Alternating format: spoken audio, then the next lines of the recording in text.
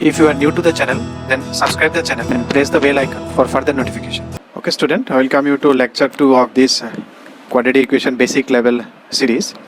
So here we will be solving last Tripura University Diploma First Year Maths questions 2009 onwards. So today in this lecture I will be taking these 6 questions. Question number 1, 2, 3, 4, 5, 6 from 2009 to 2012. Okay, then let's try to solve these questions. So in question number 1, if you see, it is 2009 question. Discuss the nature of the roots. So how to find the nature of the roots?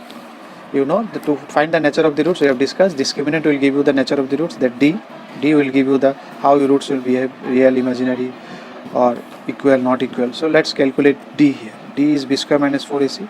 From here you can see what is A. This is A, this is B, this is C.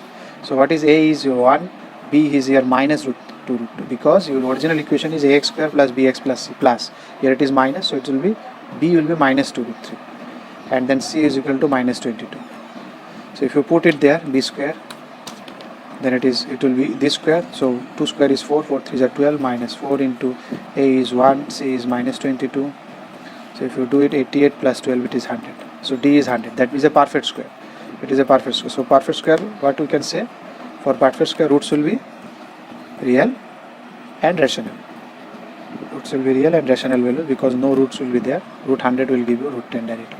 So you can say the nature of the roots is this one. Short type questions, roots are real and rational. Question number 2. Show that the equations these and these will have a common root if P plus Q plus R is equal to 0. Common roots. Common roots means both are having same roots. So let alpha be the common roots. Alpha be the common roots. Now you have learned, if it is a root, then it should satisfy both the equation. So if I put in place of x alpha, it should satisfy. So this is my one equation, and here also, because it is the roots of this one, so if I put it there also, it should satisfy. So this is 2 equations. Now if you solve this 1 and 2, how we will solve it? I think you have done in class 10. This is cross multiplication method. You can use this one. First one is alpha square, second we put alpha, because these are the unknown for me, and this is 1. If it is a 2 unknown, then it should be x, y something. So because here unknown is alpha square, then alpha, this I have considered alpha square one unknown and alpha is another unknown, so this one, and there is a minus here. So if we do this one, what was the procedure? This is PQ minus R square, and if you do it here, what was the procedure? This, first this, then this, first this always. First is always this, then you go like this. First you come down, then you go up. So that is P square minus QR, then is PR minus Q square.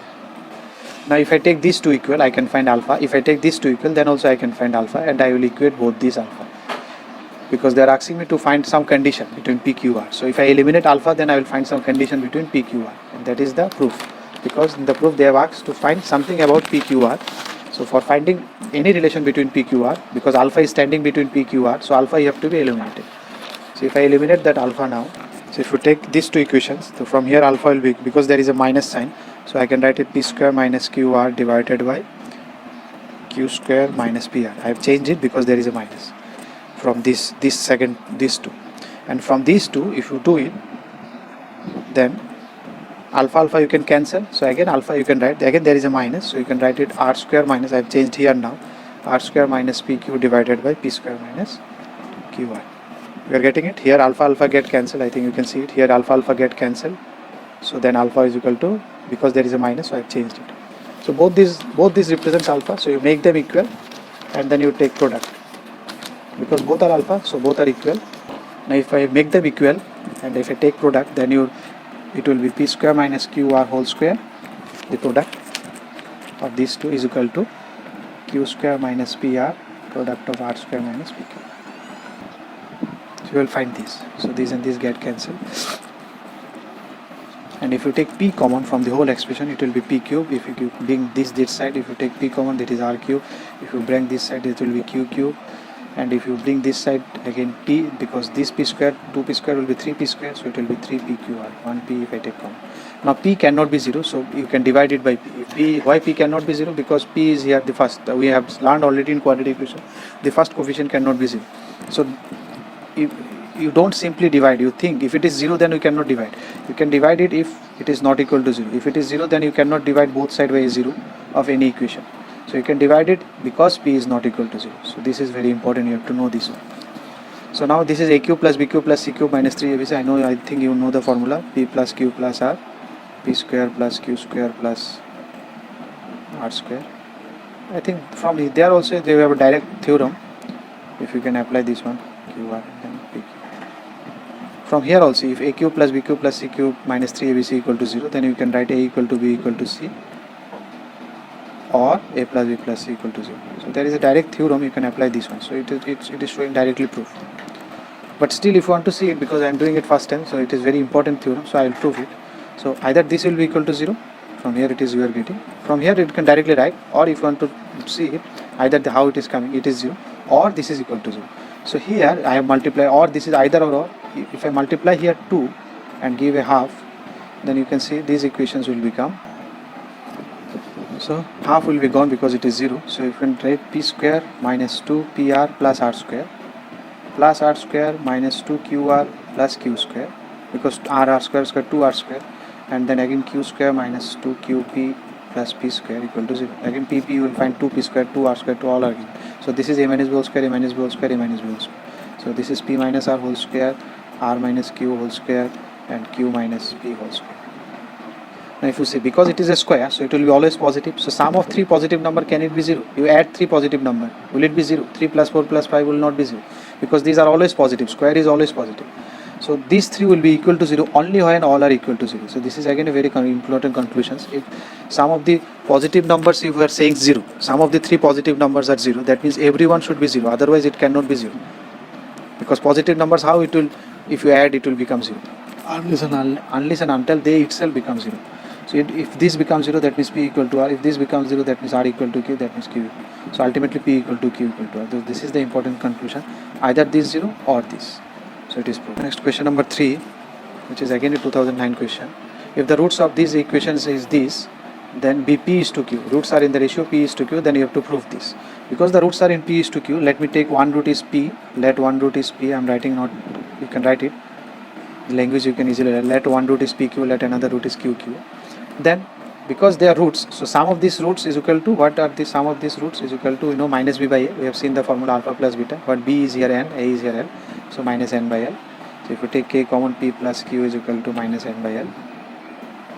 And if you take product of these two, pq and qq, product of the roots is c by a, n by l, that is also n by l. So k square pq is equal to n by l. Now you see what is asked to you. You go directly, instead of doing anything, you have written this, okay, this much you know, you have directly written. Now you look at what is asked in the things to find out or prove. If I see this one, and if I do some little calculations here, so it will be root pq, if I take LCM of this, and root p to p plus q. Because I know both the values, so I can put it here and I can see what it is happening here. So if I put it, p plus q is equal to minus n by lk, and root pq, this is pq, so root pq, if I calculate, it will be root n by l and then 1 by k. K square will be root will be k. So it will be root n by l and then 1 by k. So k get cancelled, and root n by l, if you cancel it, it will be root n k. X divided by root x is root x. Okay. So now they are asking, so this, there is a plus this one, so root n by l is already there, plus. So plus root n. Now you can see the answer. So these and these get cancelled. So it is proved. That's why they are asking to prove it equal to 0. So that's why you see what they have asked you to find, and then try to put it the values there. Whatever you have calculated, try to put that one, whether it is coming. Now what is given? Solve the equations this, given that the sum of the two roots is 0. It is a 2010 questions. So sum of two roots equal to 0. If alpha is one root, then another root obviously minus alpha. Otherwise how it will be 0? Because that sum is 0, the addition of 2 is, one is alpha, then another one has to be minus alpha, then it's, you can add these two. So if alpha is the roots of this equation, then if you put it here, it should satisfy. That's what we have learned about root. What is root? If I put minus alpha, then it should also satisfy. If I put minus alpha, then minus alpha cube, one minus will come, so it will be 4 alpha cube. So if I add these two get cancelled, and it will be 4 alpha cube, 13 alpha square plus 9 equal to 0. Now if you do the middle term factorization, I am not doing the middle term factorization, I think you can do the middle term factorization of this one. 4 plus 9 is equal to 13. So if you do middle term factorization, it will come 4 alpha square minus 9 into alpha square minus 1 equal to 0, which will implies alpha equal to plus minus 1 or alpha equal to plus minus 3 by 2. Now you have to check which one is satisfying. If I put alpha equal to 1 in the expression, one is alpha equal to 1 and one is alpha equal to 3. Because I got already 4 answers, but alpha is, they have seen sum of 2 roots equal to 0. What they have given? Sum of 2 roots. It is given 2 roots, but I have already got 4 roots. So you can think here, because sum of 2 roots are given, so obviously this 4 will not be the case. Someone has to be wrong here, because I have to get only 2 values. So if I put alpha equal to 1 in the expression or minus 1, you will see what is the value. 4 minus 4 minus 13 plus 9 plus 9. Is it 0? No, it is not 0. Minus 4 minus 13, it is minus 17, and 9 and 18, 22. 22, it is 5. It is not. So alpha equal to 1 is not satisfying. So does alpha equal to minus 1 will not satisfy. That means alpha equal to plus minus 3 by 2 is the answer. Now if alpha equal to plus minus 3 by 2, that means what is the one root is plus 3 by 2 and one root is minus 3 by 2. So if I write the expression now, one root is plus 3 by 2 and one is 3 by 2 and one is minus 3 by 2. So what is the expression for this? We have already seen if roots are given, then how the quadratic equations is formed. Sum of the roots is 0, and then product of the roots. So that is minus 9 by 4.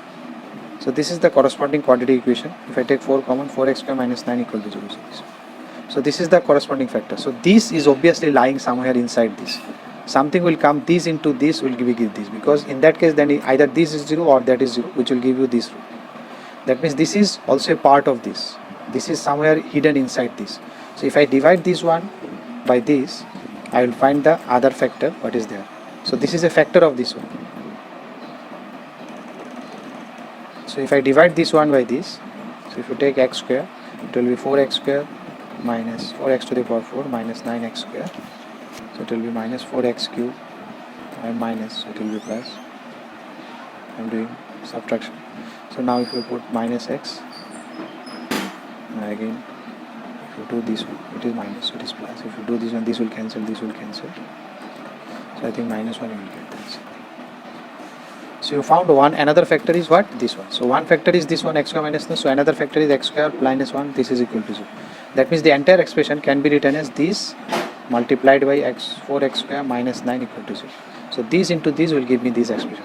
Now from here you can easily solve. So x is equal to plus minus 3 by 2, and another one is x square minus x minus 1 equal to. So this one you can solve using Sridhar. B square minus 4ac by 2. 4 into a is 1, c is minus 1, so it is plus 4 will become. So 1 plus minus root 5. So these two are the answers. So this is the solution. 5.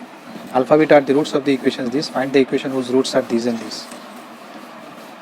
So if alpha beta are the roots of this, so you know alpha plus beta equal to minus v by a, so minus 3 by 1, so minus 3, and alpha beta is equal to c by a, that is 4. So whose roots are these? You have to find the quadratic equations whose roots are these and this. So let me calculate these values first. This is one root. Suppose this is, if I say one root a, capital A, this is another root b. I have to find a quadratic equation whose roots are these. So alpha beta I have already seen 9. And this one, a minus b whole square, what we can write? A plus b whole square minus 4ab. Using everything in these two formats. So 3 square is 9 minus 4 into 4. So now you have two roots. So what is the equations of the two roots? A square minus sum of the roots plus product of the roots. So what is the sum of the roots? If you add these two, it is 2x, 9 minus 7. So this is the answer. Question number 6, last one. If the roots of the quadratic equation these and these differ by a constant. Differ by a constant, if one root is, if I consider alpha beta, the roots of these, then the roots of these one will be alpha plus k, beta plus k. Okay. Now because it is alpha beta is the roots of the first equation, so you can find alpha plus beta is equal to minus 2p, and alpha beta is equal to, here you can say alpha beta is equal to q. And similarly if you do that second one, alpha plus beta plus sum of these two, 2k is equal to here minus 2q. So because alpha plus beta already you know minus 2p, if you put it there, so 2k is equal to 2p minus 2q, or k is equal to p minus q. Okay, second one, if I take product of these two, alpha plus k, beta plus k is equal to, product is minus c by. So if you take product, it will be alpha beta plus, if you take k common, alpha plus beta, and then k square is equal to p. If you put all the values, alpha beta k and k alpha plus beta is equal to minus 2p, and then instead of k if you put all these values, in case of k also you can put p minus q whole square is equal to p. If you do all these things, and then instead of here also, so I am doing it here, q plus p minus q into minus 2p. So ultimately if you do all these things, you will be finding q square minus p square. So this cancelled. So it will be q square minus p square. So if you take q minus p and then plus 1 q minus p is equal to 0. If you take q minus p common, that is p plus q plus 1 equal to 0. So in the question it is given p is not equal to q, they are not equal. So q minus p is, if it is 0, then it is q equal to p, but it cannot be, so that means this is equal to 0. So it is proved. Okay, then that's all. If you like the video, then press the like button and please give your valuable comments in the comment section.